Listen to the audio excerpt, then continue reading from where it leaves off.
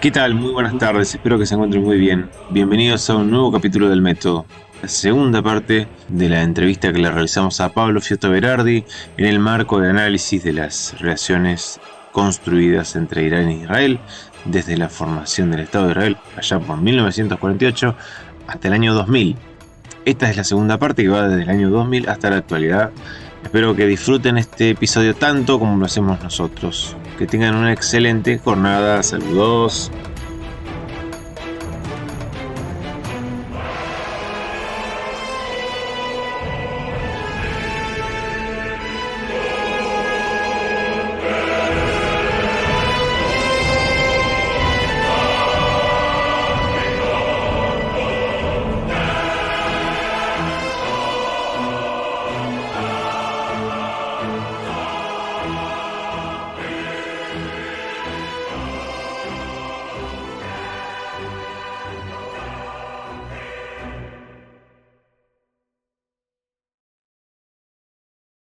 En este sentido, comienza ya la guerra el nuevo milenio, ¿no? El nuevo milenio, estamos hablando de un cambio de escenario, pero no en la relación Irán-Israel, sino un cambio de escenario global, ¿no? 2001 comienzan lo que son el terrorismo internacional, ya mucho más extendido, que se venía cociendo desde la década de los 70, 80.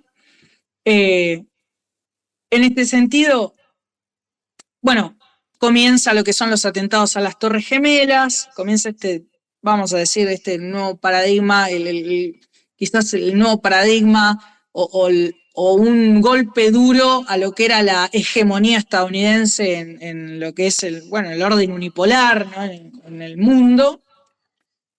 E Israel, en mayo del 2000, retira todas sus tropas del sur. Esto es lo que hablaba antes de que hay una victoria narrativa por parte de Hezbollah, ¿no? Porque hacia el principio de los 2000 se retiran, ya no tienen control de la frontera sur del Líbano. Hezbollah ve esto como signo de debilidad, emerge más fuerte y emerge sobre todo legitimado en la sociedad musulmana del Líbano, ¿no? Y en este sentido, este hito modifica el juego. Es decir, Israel ya no puede limpiar su frontera norte, ¿no?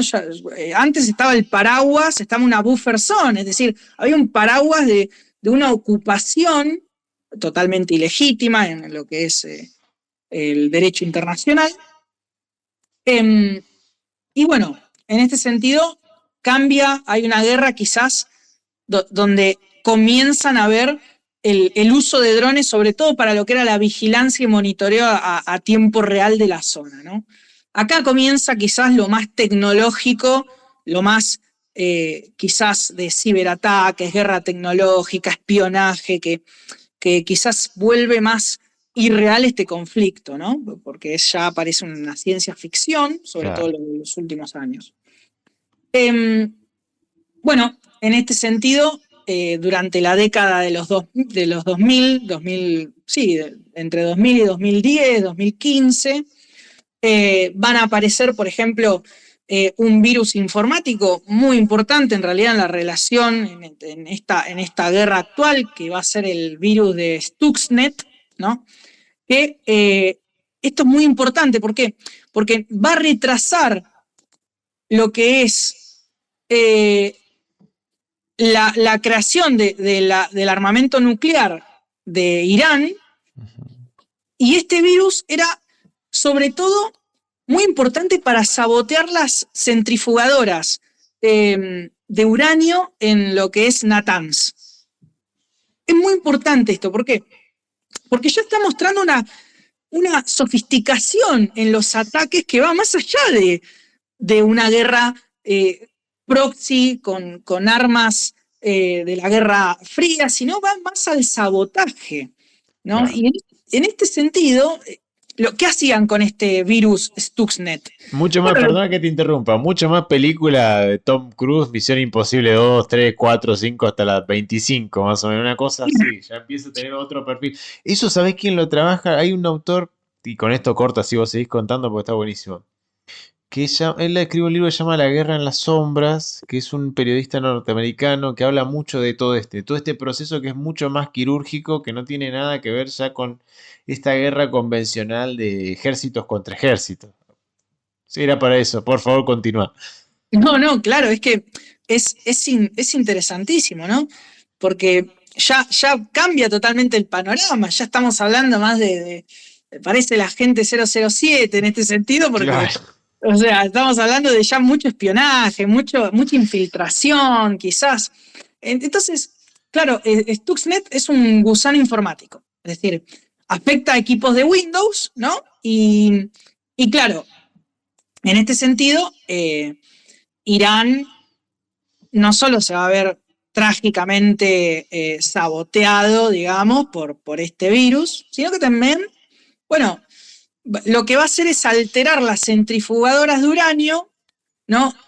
Mientras se reportaba la normalidad en su funcionamiento. Es decir, en las máquinas se veían que, en las computadoras se veía que había una normalidad en el funcionamiento de las centrifugadoras. Lo que sucedía en realidad era que, claro, había un aumento de velocidad, lo que le causó el daño no se sabe bien, claramente, no hay datos realmente que podríamos poner sobre la mesa o totalmente verídicos, pero se estima que hay entre 1000 y 2000 de esas máquinas que fueron totalmente destruidas, ¿no? Y claro, y acá viene el arranque de una nueva guerra, con la ayuda de Estados Unidos, Israel, ¿no? Que bueno, durante los 2010, a través de una empresa bielorrusa, se descubre esta operación. En este sentido, vamos a ver durante la década de los 2010 un tablero geopolítico iraní que lo que va a coser en este sentido es, bueno, tejer una serie de alianzas que, si bien ya existían desde hace mucho tiempo, se van a intensificar en este sentido, ¿no? Se van a intensificar de acuerdo al contexto. Se tejen alianzas, por ejemplo, con los hutíes, ¿no? Hezbollah va a tener una participación y va a tener un poder bastante grande que va, inclusive podríamos decir, hasta tener proxies de Hezbollah siendo un proxy de Irán, digamos, o aliados, no sé si proxy, llamarlos proxy, pero sí aliados, ¿no? Comienza lo que es la proliferación de drones y armas, ¿no? Estamos hablando de milicias en Irak, Yemen, con los hutíes, el propio Hezbollah. Bueno, también una alianza total con Bashar al-Assad, ¿no? Que es alguien que quizás no mencionamos durante este podcast, pero va a ser pero va a ser muy importante en realidad, Bashar al-Assad. Y ya vemos que hay un panorama geopolítico bastante quizás cocido para Irán, ¿no? Irán lo va a entender como si fuera una partida de ajedrez, ¿no? Va a tratar de acercarse también a lo que es Qatar, por ejemplo. Relación bastante rara con Qatar, porque estamos hablando de un país que tiene literalmente una de las bases más grandes de Estados Unidos en Medio Oriente. Y en este sentido, vamos a ver que durante la década de 2010, ¿no? En 2015, a través de la presidencia de Barack Obama, se firma el acuerdo nuclear donde, bueno, un acuerdo donde, se va a crear el acuerdo nuclear, ¿no? Donde va a haber cambio de límites estrictos, quizás, de lo que es el uso o la proliferación de las armas nucleares en Irán, ¿no? Que bueno, que luego con Trump, en 2018, este acuerdo se va a cortar completamente, ¿no? Y en este sentido, lo que vamos a ver, ¿no? es ya ¿Cómo comienza quizás a resquebrajarse este tablero? Sobre todo a partir de la década de esta década, de la década de los 20. ¿Por qué? Porque vamos a ver que esta guerra silenciosa, ¿no?, que se vuelve a través de multiformato, estamos hablando ya década de los 20, multiformato, ¿no? Estamos hablando de el inicio de guerra digital, producción de drones, ¿no? Irán equipa los proxies, no solo equipa los proxies, sino que también equipa a Rusia y lo entiende como un aliado estratégico junto a Putin, ¿no?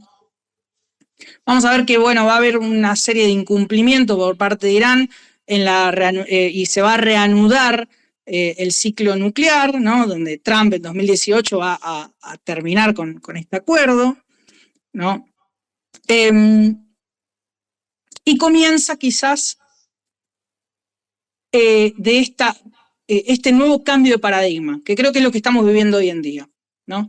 Estamos viendo que pasamos de una guerra silenciosa, de espionaje, a un enfrentamiento totalmente directo. ¿Por qué? Porque antes, durante las primeras 2 décadas del nuevo milenio, era un conflicto híbrido, volátil, ¿no? Estamos hablando de quizás un conflicto que era a través de sabotajes selectivos, de espionaje, de asesinatos a ciertos líderes, tanto de Hezbollah como de Irán, pero ahora no solo que se utiliza eso, sino que también va a haber una confrontación total en no solo lo discursivo, que ya se venía viendo, sino también en lo que es el hard power, ¿no? Lo que es lo militar.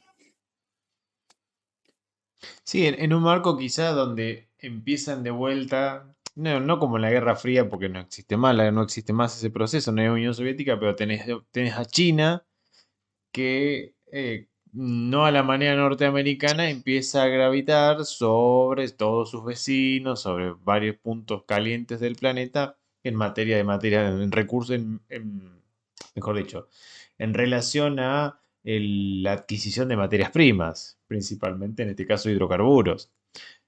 En un marco en donde se empieza a reconfigurar es eso que alguna vez se llamó la ruta de la seda también. No es algo que no se puede no tener en cuenta, ¿no? Claro. Porque, o sea, está bien, estamos hablando de un conflicto, o sea, vos estás haciendo una descripción genial de todo un proceso bien delimitado, pero hay un marco mayor en donde juegan fuerzas que también inciden sobre eso. El tema, el tema de entender quién juega para qué lado, en realidad. Exacto, porque yo ahora, como muy bien señalás, ahora cuando en el modo de conclusión, ese marco muy importante de la nueva geopolítica china, sobre todo enmarcada en lo que es la nueva ruta de la seda, creo que es que funge como un factor primordial quizás en esta historia, vamos a decirlo, ¿no? Bueno, inicios, por ejemplo, ya para terminar y entender ya sobre todo lo más actual, bueno, en julio y septiembre de 2020 van a suceder 2 eventos críticos, ¿no? Una explosión en la fábrica centrifugadora de Natas, y el asesinato, esto es muy interesante, ¿no? Porque fue un asesinato del Mossad a través de un arma a control remoto del científico nuclear Fakhrizadeh, que era el científico, quizás era la cabeza del programa nuclear iraní. Estamos hablando de una de las personas más importantes e inclusive controladas del régimen del ayatolá. Para yo ahí meto el plano literario. ¿Era realmente controlado? Justo en ese día de golpe pasaron cosas. Porque, bueno, nada, tenía que pasar cosas ese día. Es muy raro. La operación, daría un podcast entero de cómo fue la operación, porque la verdad que es una locura Y hay un dato más, Sí, que fue en el 2019, creo, antes de que arrancara todo el tema de la pandemia, el asesinato del general Soleimani, que fue algo que pasó desapercibido, y creo que Soleimani formaba parte de la Guardia Revolucionaria iraní. exacto, sí, otro elemento estratégico para entender esta, quizás este conflicto, ¿no? En este sentido, bueno, ya para 2022 Irán empieza a desplegar drones de combate avanzados como el Shahed, el Karrar también, ¿no? Comienzan a operar sobre Haifa, el norte de Israel, ¿no? Por otro lado, Israel intensifica sus operaciones de sabotaje, no solo en Irán, sino que uno de los aliados más importantes, que es Siria, ¿no? En Siria también. Estamos hablando de bombardeos a convoys, el destripe de arsenales gigantescos en Damasco, ¿no? Que son, bueno, este pulso quizás lleva el episodio periódico de presión sobre instalaciones, ¿no? Va a haber una periodicidad en presiones sobre instalaciones estratégicas, tanto en Siria, pero ahora mismo, hoy en día, en Irán, ¿no? Y en este sentido, va a haber una preparación. Yo creo que lo que sucede con el avance de Hamas es que Israel entiende que esto, o geopolíticamente se posiciona que esto es directamente la oportunidad de sus vidas para quizás asestar un golpe geopolítico rotundo en la región, ¿no? Porque que ya se venía cociendo luego de la pandemia. A partir de la pandemia, a partir de 2020, no por la pandemia en sí, sino que a partir de 2020 se viene cociendo quizás por parte de Israel un golpe total a la geopolítica iraní. En este sentido, podríamos estar hablando de varias de las operaciones, ¿no? Podríamos estar hablando de lo que son, bueno, los choques directos entre misiles, cazas, confrontaciones a plena vista. Todo este desarrollo tecnológico que vos estás mencionando de Irán, ¿quién le proveyó todos estos años, todo eso, todo ese cargamento, toda esa... Porque incluso esa formación técnica necesitas sacarla de algún lado, ¿no? En un país que está cerrado completamente no puede hacer algo así. Vos necesitas convenios internacionales. ¿Qué se lo proveyó Rusia? O los norteamericanos también le proveyeron capacitación a sus recursos humanos. Bueno, en este sentido, si bien no se sabe a ciencia cierta, ¿no? Con muchas de las cosas, lo que se entiende es que, bueno, que a través de lo que es un comercio ilegal, tercerizado, ¿no? China va a jugar un rol Claro. importante en la provisión, en proveer, perdón, estas tecnologías. Que de igual manera también Irán, de manera autónoma, algunos de estos componentes se fabrican en ese territorio, pero digamos, Irán es un país altamente aislado económicamente Claro. y sobrevive a través de lo que es el comercio indirecto, el comercio negro, quizás, ¿no? Entonces, hay pocos países donde Irán puede tener relaciones comerciales relativamente legales. Y en este sentido, bueno, lo que vemos es que Irán va a intentar posicionarse militarmente en esta región, ¿no? A través de, bueno, lo que son tecnologías militares que no todo el mundo quizás puede llegar a producir, a tener, son estratégicas para Irán. En este sentido, bueno, no puedo no mencionar, digamos, como un punto de inflexión total, no solo 2020, sino creo que aún más los atentados del 7 de octubre de 2023.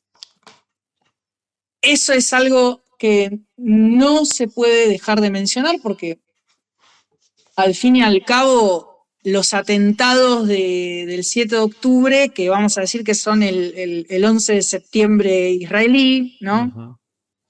Ujú.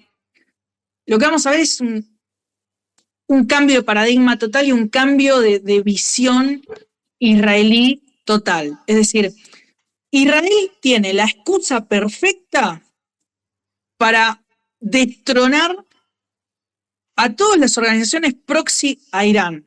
No solo ya Hamas, sino a su enemigo vital, que es Irán, ¿no? En este sentido también estamos hablando de que Israel, con esta, a través de la operación Tormenta, ¿no?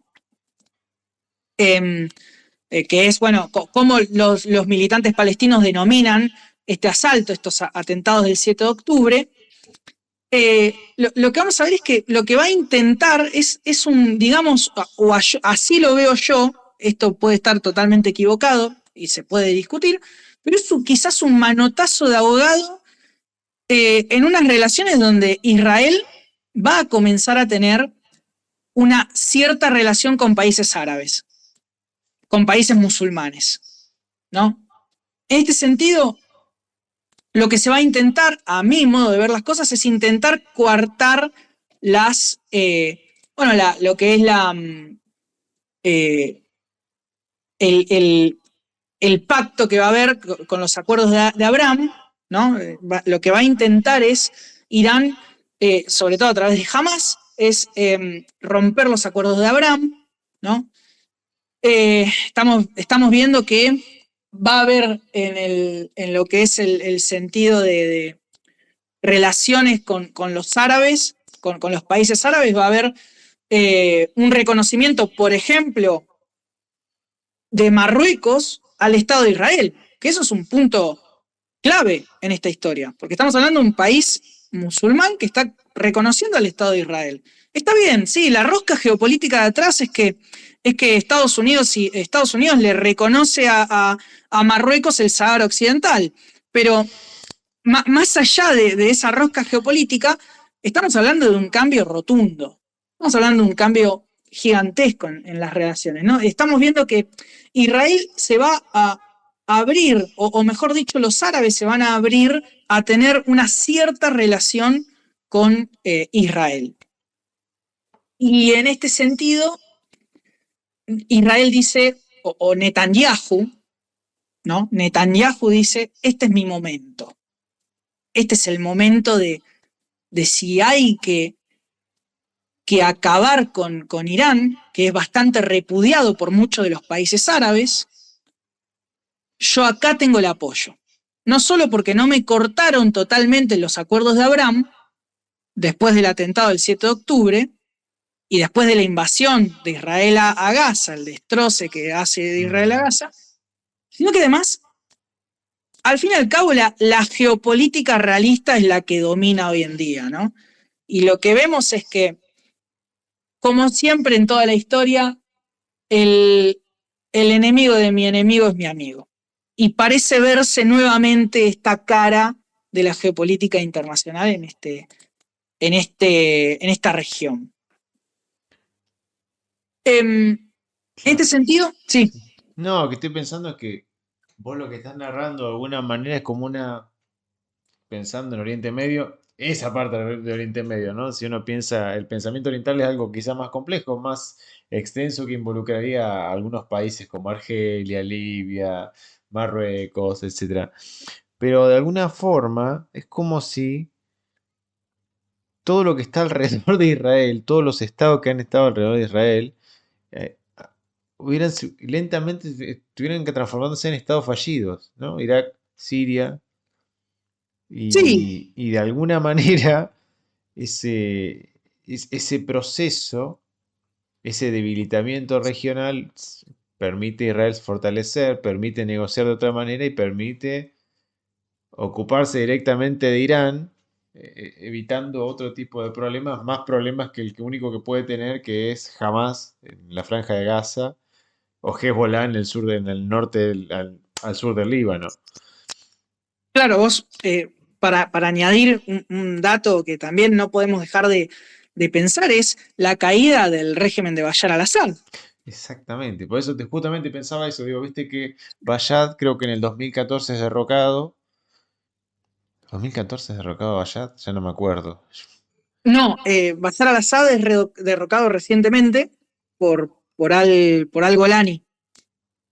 Claro, por un nuevo régimen que no es Sharia, tampoco es conservador, pero por lo poco que leí ha sido de alguna manera aceptado por parte del mundo árabe. No es justamente el Estado Islámico duro que uno pudo haber conocido que en Irak durante el tiempo de Barack Obama.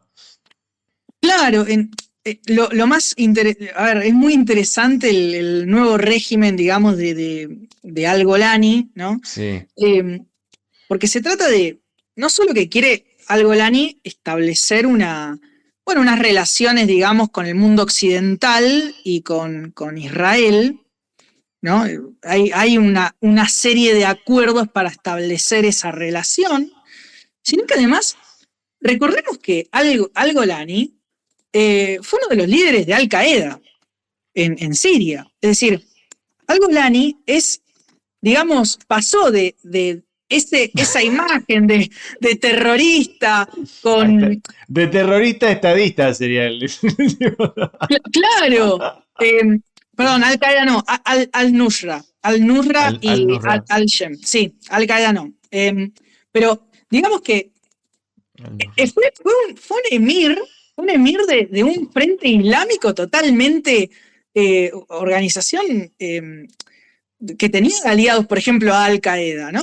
Tenía aliados de Fatah, estamos hablando de lo más complicado de lo que es el Islam. Y pasar de esa imagen de guerrillero, pasar de esa imagen de barbudo, digamos, ¿no? En términos totalmente coloquiales, barbudo tirabombas, a presidente totalmente prolijo. Si vos ves las fotos del 2012 a las de hoy en día es otra persona. Impecable está el tipo. Punta en Está blanco, juega al golf, toma whisky Johnny Walker, etiqueta negra.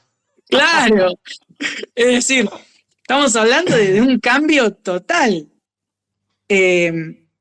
Entonces, es interesante al-Golani, el posicionamiento que tiene, pero también en esta relación, en este tablero geopolítico que vengo describiendo, está claramente cayendo lo que son los intereses iraníes en la región. Y quizás esto me da pie, ya como para concluir, digamos, ¿qué entiendo yo de lo que está sucediendo a grandes rasgos? No solo ya en la relación Israel-Irán, Irán-Israel, sino en términos regionales y mundiales inclusive, ¿no? Lo que yo siento, primero que hay que entender que este conflicto no es un episodio aislado, ¿no? Es un síntoma mundial, que a partir de la, digamos, segunda parte de la década del 2010 y sobre todo intensificándose a través de lo que es la pandemia, ¿no?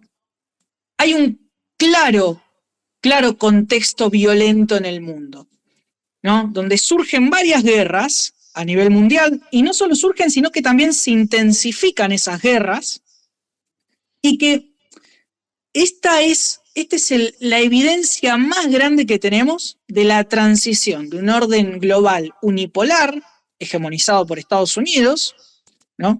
Que a partir de la crisis de 2007-2008, la crisis de Lehman Brothers. Exacto, vamos a ver que hay múltiples potencias que emergen, potencias regionales, no solo quizás, obviamente, las dos figuritas, digamos, es Estados Unidos y China, pero quizás estamos viendo países que están empezando a tener una gran influencia y una gran proyección a futuro también. En este proceso, China se afianza como potencia tecnológica y diplomática, ¿no? Tiene grandes influencias y una expansión activa en lo que es Asia Central, África, Medio Oriente, ¿no? Regiones que antaño se disputaba a la Unión de Estados Unidos y que luego quedaron totalmente alineadas con Estados Unidos. Rusia, pese a su desgaste, yo creo que también podríamos seguir incluyéndolo en términos geopolíticos como una de estas potencias. También a India, que creo que aparece como una potencia totalmente emergente, ¿no? Organizaciones que comienzan a tener quizás confrontaciones indirectas, como puede ser los BRICS y puede ser el G7, ¿no? Y en esta reconfiguración mundial también se inscribe en el contexto de una reconfiguración regional.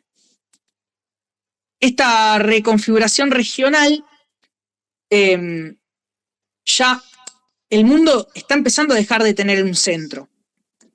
El mundo deja de tener el centro, el espadachín, digamos, o la Pax americana.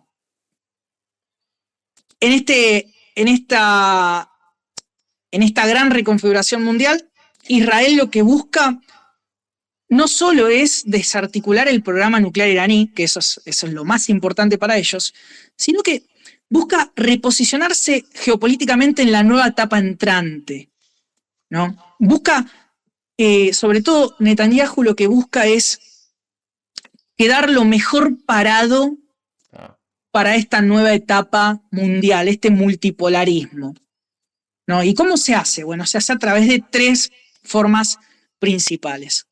El golpe preventivo a Irán y a su red regional, ¿no?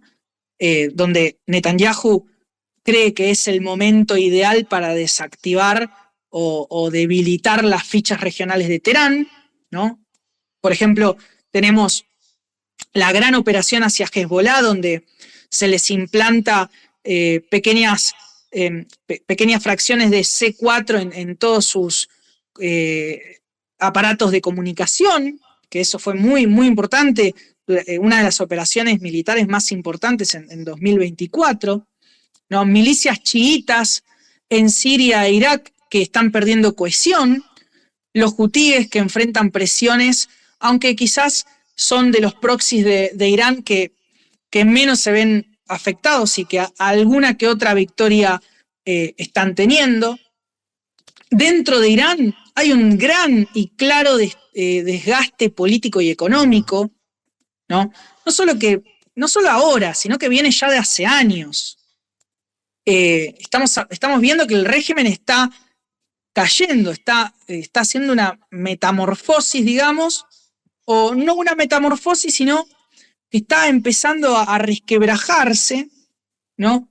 Y Israel necesita aprovechar ya mismo este desgaste. Y en este sentido, ¿cuál es una de las evidencias que creo yo bastante importante? Es importante para entender esta narrativa o por lo menos confirmarla parcialmente. Que Irán está literalmente, Irán está tratando de negociar diplomáticamente con Israel. Claro. Irán está tratando de negociar diplomáticamente con Israel, tratando de buscar una salida pacífica al conflicto. ¿Por qué? ¿Qué estamos viendo? Estamos viendo un acercamiento hacia, bueno, o mejor dicho, no acercamiento, pero estamos viendo que quieren negociar a través de Arabia para, restablecer quizás los acuerdos nucleares, ¿no? Estamos viendo una liberalización, o no liberalización, pero sí un intento de calmar las cosas, pero no lo estamos viendo por parte de Netanyahu. Netanyahu apuesta el doble. Sigue atacando a instalaciones nucleares muy importantes en Irán. Bueno, también otra de las 3 formas o 3 grandes cuestiones que estaba mencionando al principio es restablecer los vínculos con el mundo árabe, ¿no? Estamos hablando de Israel sigue profundizando la normalización a través de los acuerdos de Abraham con los países árabes, ¿no? Emiratos Árabes Unidos, Bahrein, bueno, el caso de Marruecos, Arabia Saudí, ¿no? Es decir, está dejando atrás esta lógica de aislamiento, ¿no? Estamos hablando de que Israel puede llegar a ser un socio en algunos aspectos, pese a los remordimientos culturales que hay. Y luego, claramente, la última de las tres patas es la consolidación de Israel como una potencia tecnológica militar. Es decir, Israel ya no es un estado vulnerable, nunca, en realidad nunca lo fue, pero es decir, Israel, como dije al principio, nace en guerra, nace en un contexto totalmente contrario, ¿no? Y a través de lo que es un gran avance tecnológico, sobre todo en los últimos 20, 30 años, le da la característica de ser una potencia tecnológica, con capacidades cibernéticas, aéreas, de inteligencia del más alto nivel, ¿no? Que domina, bueno, defensa de antimisiles, ¿no? Estamos hablando con este escudo, este domo, antimisiles, los sistemas de sabotaje remoto, ¿no? La guerra inclusive hoy en día las guerras de los microdrones, ¿no? Ya no drones como vemos en Ucrania o drones como vemos que son aviones pilotados desde tierra, sino que directamente microdrones del tamaño de manos o menos, ¿no? Que le da claramente una precisión total a Israel, ¿no? Y en este mundo multipolar, Israel necesita ser un nodo central del ecosistema occidental en el Medio Oriente. Necesita ser esa isla occidental en Medio Oriente, ¿no? Es decir, una especie de Silicon Valley armado, digamos. Silicon Valley con fierro, básicamente. Claro. Claro, ¿y cómo se para Irán frente a esto? Bueno, Irán la tiene, digámoslo en términos coloquiales, la tiene bastante jodida, porque ¿cómo contrarresta esta experiencia israelí?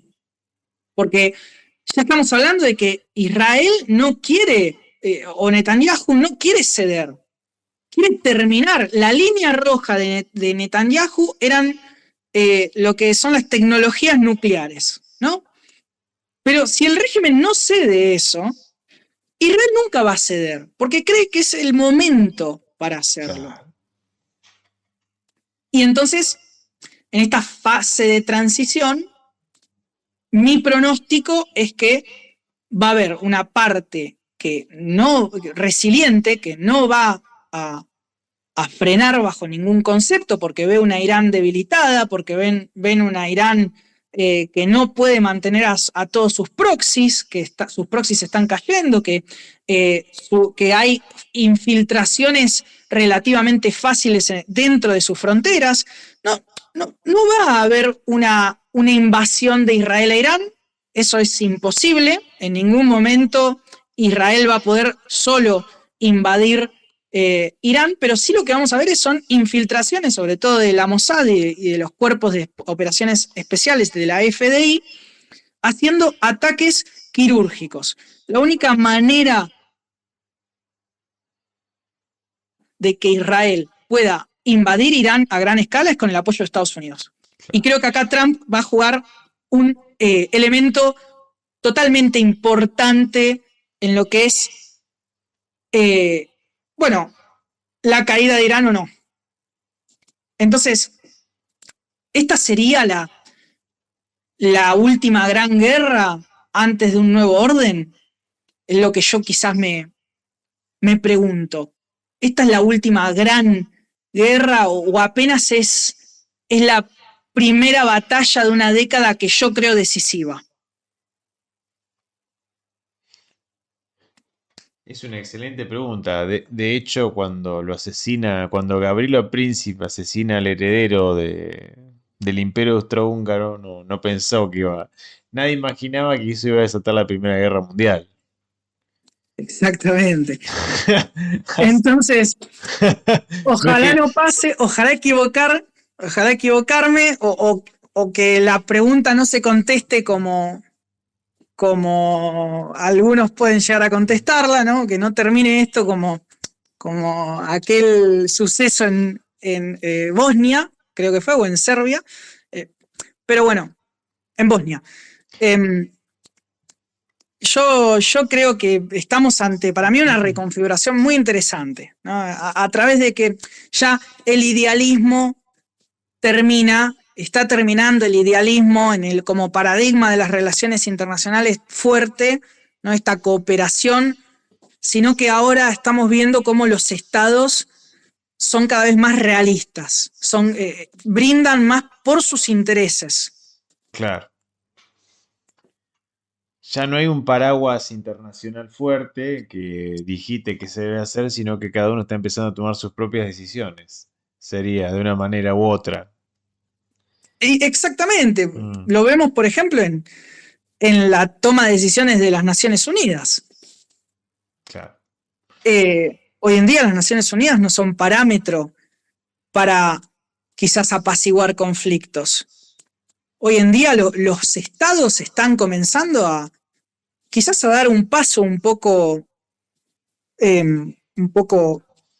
problemático, de volver bueno, lo que es el hard power, ¿no? Volver a lo que es los conflictos como herramienta de presión, digamos, ¿no? Y Claro. esto se ve cada vez más extendido, ya no estamos hablando de una guerra contra el terrorismo internacional. Estamos hablando ya de una guerra entre estados. Claro. Como era a principios del siglo XX, así, como era antes, básicamente. Volver a los viejos valores, diría alguien. Claro, las cosas de antes funcionaban mejor. Antes invadía Polonia y punto, va, te están hinchar la pelota. O sea, simple, así. O sea, si los rusos querían apoderarse de Serbia, iban y lo hacían. Nada de usamos amaña, artimaña. Y si un zar tenía que caer derrocado, caía derrocado. La así como era antes. Lo viejo funciona. Claro. Es muy interesante, Pablo. Me encantó, realmente me encantó todo lo que nos has narrado. Quiero que estés de vuelta en el método, porque estaba pensando, sabes que siempre hay un tema que siempre tengo dando vuelta en la cabeza, que es Afganistán. Que Afganistán es otro tema en sí mismo. Y Afganistán eh, Es un es, quilombo en sí mismo, o sea, es un propio bardo en sí mismo, es de arriba de una montaña. es hermoso Afganistán. Claro. Es una cuestión de análisis que vos decís, es increíble, ¿no? Sobre todo porque Afganistán es la tumba de los grandes imperios. Sobre todo por eso, para arrancar. O sea, Para no hay que. arrancar, o sea, estamos hablando de gente que no tiene ni la mitad, ni siquiera eso, no tiene ni el 0,1% de la sofisticación israelí, No hay nada pero allá que, arriba. claro, pero que es la cuna de los imperios. Sí, sí, sí, sí, sí. La cuna no, la, la, La tumba el- de los la imperios. tumba de los imperios. Pero me ha encantado esta noche, nos ha encantado a mí, a los oyentes, todo lo que nos has dicho, todo este proceso de ida y vuelta que va teniendo Oriente Medio, que lo relatás magistralmente, cómo Israel va tomando cada vez más fuerza desde la creación del Estado de Israel, de pelearse con todos sus vecinos, a lentamente ir ganando bases, bases, bases, fuerza, fuerza, fuerza, y a llegar a un momento de que hoy su máximo rival en términos políticos, que es Irán, se encuentre ante un proceso de debilitamiento de manera interna y de manera externa, ¿no? Ya sea por las condiciones económicas que se imponen, las sanciones económicas, como también la propia presión interna que tiene un país cerrado, hermético, en términos culturales, y que eso también hace fuerza, ¿no? Es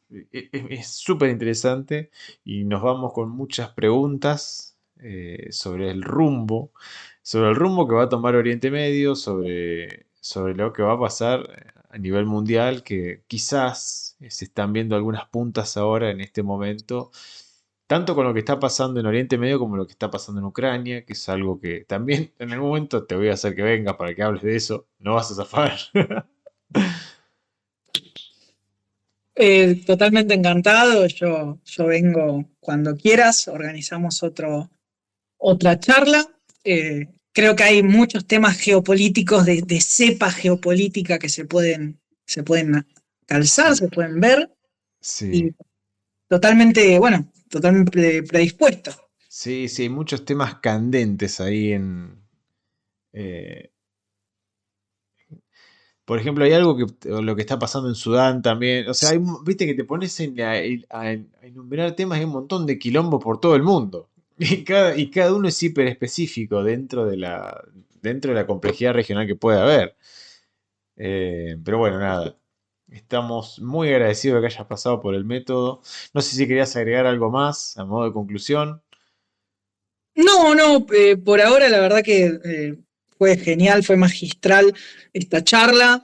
Sinceramente estoy muy agradecido y a modo de conclusión, bueno, podríamos decir que estamos ante un verdadero quilombo.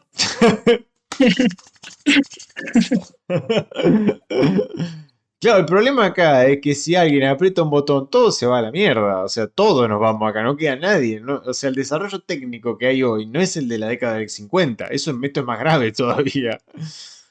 Claro, ya creo que ni hace falta apretar un botón. Creo que ya con cualquier avance tecnológico quirúrgico estamos ante una gran catástrofe. Sí, sí. Eso es el problema. Pero bueno, quedará para otra charla la discusión. Armas nucleares, sí o no.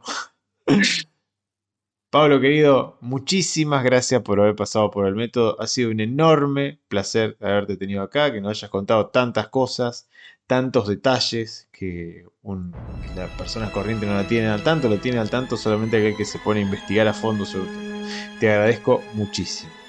Esto fue... Perdón. El método. ¿Eh? El método. Gracias a todos ustedes por haber estado ahí. Les mando un abrazo enorme.